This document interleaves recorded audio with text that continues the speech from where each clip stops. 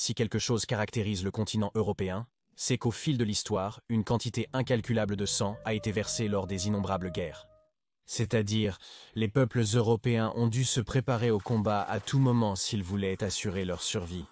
Malgré tout cela, nous avons le cas de 6 États sur le vieux continent qui n'opèrent pas les 500 km², les micro-États européens connus, qui n'étant absolument pas forts sur le plan militaire ni pertinents sur le plan politique, ont pu survivre dans le temps.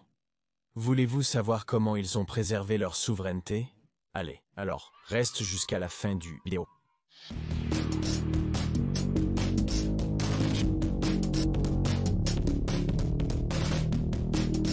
Pour commencer, il serait bon que nous voyions quelle est la définition d'un micro-État, également appelé mini-État.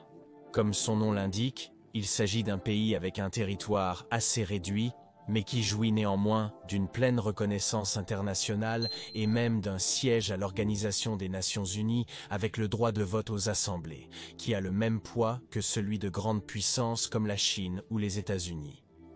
Les micro-États se distinguent des micronations en ce que ces dernières ne bénéficient d'aucune reconnaissance, donc personne ne les prend en considération. De même, il est réitéré que les micro-États jouissent d'une pleine souveraineté, bien que, en raison de leur taille et de leurs ressources limitées, ils délèguent volontairement à des pays plus grands certains aspects économiques, comme c'est le cas de la politique monétaire et des aspects militaires, car il leur serait impossible de se défendre seuls. Cela dit, commençons par le plus grand au plus petit, c'est-à-dire avec Andorre, un pays de 468 km² situé dans les montagnes des Pyrénées, entre l'Espagne et la France. Il se trouve qu'Andorre est le seul pays où le catalan est la langue officielle, ce qui nous en dit quelque chose sur son passé, qui est le résultat de la fusion de 2 comtés catalans formés pendant le Moyen-Âge, mais avec sa propre particularité, que l'union a été réalisée sous forme de condominium, c'est-à-dire un territoire dont la souveraineté a été partagée par l'évêque d'Urgell dans l'Espagne actuelle et par le comte de Foix dans la France actuelle. Le temps a passé, et malgré les constantes disputes territoriales entre la France et l'Espagne, le pays est resté intact, car des entités sous-étatiques des 2 pays continuaient à partager la souveraineté sur Andorre. Sa formation est généralement associée à l'année 1278 et au fil des siècles, la direction de l'État sous la forme d'un coprincipauté parlementaire repose sur l'évêché d'Urgell et le président de la France, qui sont jusqu'à ce jour les 2 coprinces d'Andorre. Ce n'est qu'en 1982 que la constitution actuelle est rédigée, qui démantèle les dernières réminiscences féodales de la principauté en déclarant le peuple andorran comme souverain de l'État, tout en signant un traité de coopération avec l'Espagne et la France, qui ont promis leur protection. La République de Malte, avec ses 316 km², est le micro-État européen le plus facile à comprendre en raison de sa condition insulaire. Avec 518 000 habitants, c'est le pays le plus peuplé de cette liste, dépassant même des pays relativement grands comme l'Islande. En raison de sa longue histoire, au cours de laquelle des États musulmans des côtes nord proches de l'Afrique ont intervenu, sa langue officielle, le maltais, est la seule langue afro-asiatique de l'Union européenne et présente des similitudes avec l'arabe. Si nous parlons un peu de comment elle a obtenu sa souveraineté, il se trouve que l'île a été aux mains de divers pays depuis l'Antiquité. Parmi eux, l'ordre souverain de Malte des chevaliers hospitaliers, qui ont reçu le territoire en 1530, mais ont été expulsés par les Français pendant l'ère napoléonienne, qui à leur tour se sont retirés face à l'invasion britannique, qui a continué à occuper l'île jusqu'à ce qu'il lui accorde l'indépendance en 1964. Nous continuons avec le Liechtenstein, un micro-État de 160 km² entre la Suisse et l'Autriche, qui a le franc suisse comme monnaie officielle et l'allemand comme langue majoritaire, et sa population est d'environ 39 000 personnes. Il se trouve que le Liechtenstein est le seul vestige politique du disparu Saint-Empire romain germanique, un ensemble de divers principautés, comtés, royaumes et margraviats, pour la plupart d'essence allemande. La principauté de Liechtenstein est né de la fusion des comtés de Vaduz et de Schellenberg en 1719, et a été depuis lors régné sous la maison homonyme. Pendant les guerres napoléoniennes, le Saint-Empire disparaît et tous les États tombent d'abord sous la Confédération du Rhin, puis sous la Confédération germanique, l'étape précédente à l'unification allemande. Cela se produit au milieu d'une compétition féroce entre l'Autriche et la Prusse pour la direction du monde allemand. Et la guerre éclate finalement en 1866, où tous les États allemands doivent choisir un camp. Le Liechtenstein joue une double diplomatie et se positionne du côté de son voisin l'Autriche, mais sans envoyer de troupes pour combattre la Prusse, mais contre l'Italie.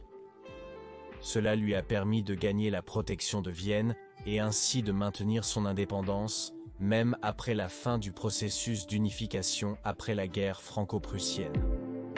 La très sereine République de Saint-Marin est considérée par beaucoup comme le pays le plus ancien du monde, puisqu'elle s'est indépendante de l'Empire romain en 301 après Jésus-Christ. Elle a une superficie de 61 km² et une population de 33 000 habitants, et est connue pour être une véritable puissance footballistique. Nouvelle du sarcasme.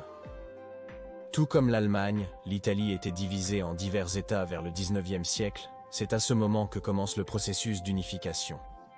Il se trouve que la stratégie de Saint-Marin pour maintenir son indépendance a été en premier lieu de donner le titre de citoyen d'honneur au président des États-Unis, Abraham Lincoln. Faisant allusion au fait qu'à l'époque, ils étaient tous deux parmi les rares gouvernements républicains démocratiques. Réponse de Lincoln: accepter la lettre et établir des relations diplomatiques avec Saint-Marin.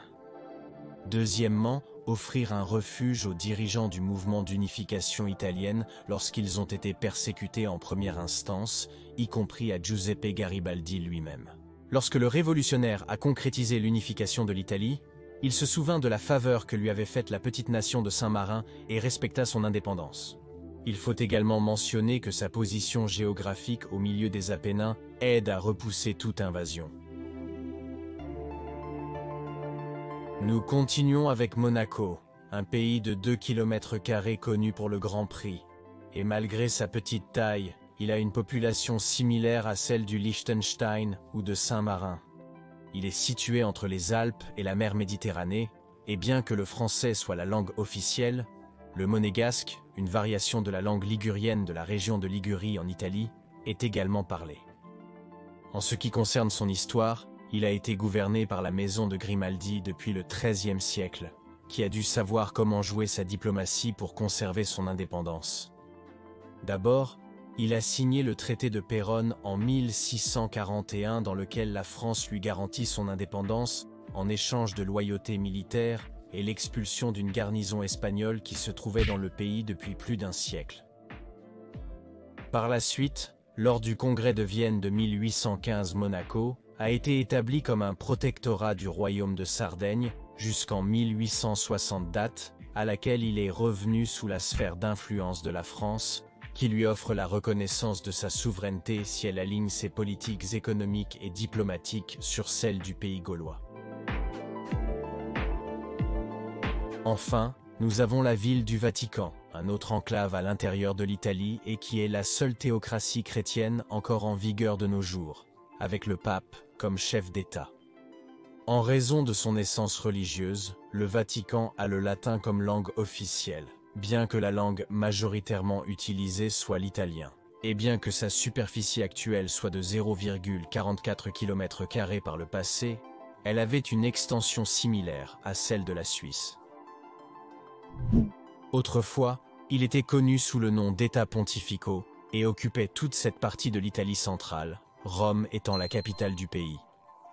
Contrairement à San Marino, les États pontificaux n'ont pas conservé leur indépendance lors de l'unification italienne et ont disparu en tant qu'État jusqu'en 1929, lorsque Benito Mussolini a accepté dans les accords du Latran de donner les frontières actuelles du Vatican à la Saint-Siège, en échange de son alignement sur ses intérêts politiques, par le biais d'un concordat.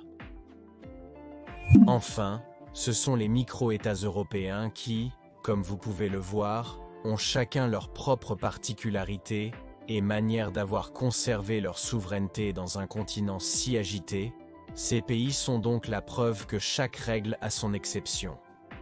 Connaissiez-vous déjà les micro-États européens? Non. N'oubliez pas de commenter et de vous abonner à la chaîne. De plus, je vous laisse dans la description mes réseaux sociaux, et au cas où vous voudriez voir les nouvelles vidéos en avant-première et avoir une interaction plus grande avec moi, vos dons sur Patreon, unermanito.net, où les membres de la chaîne sont les bienvenus. À la prochaine!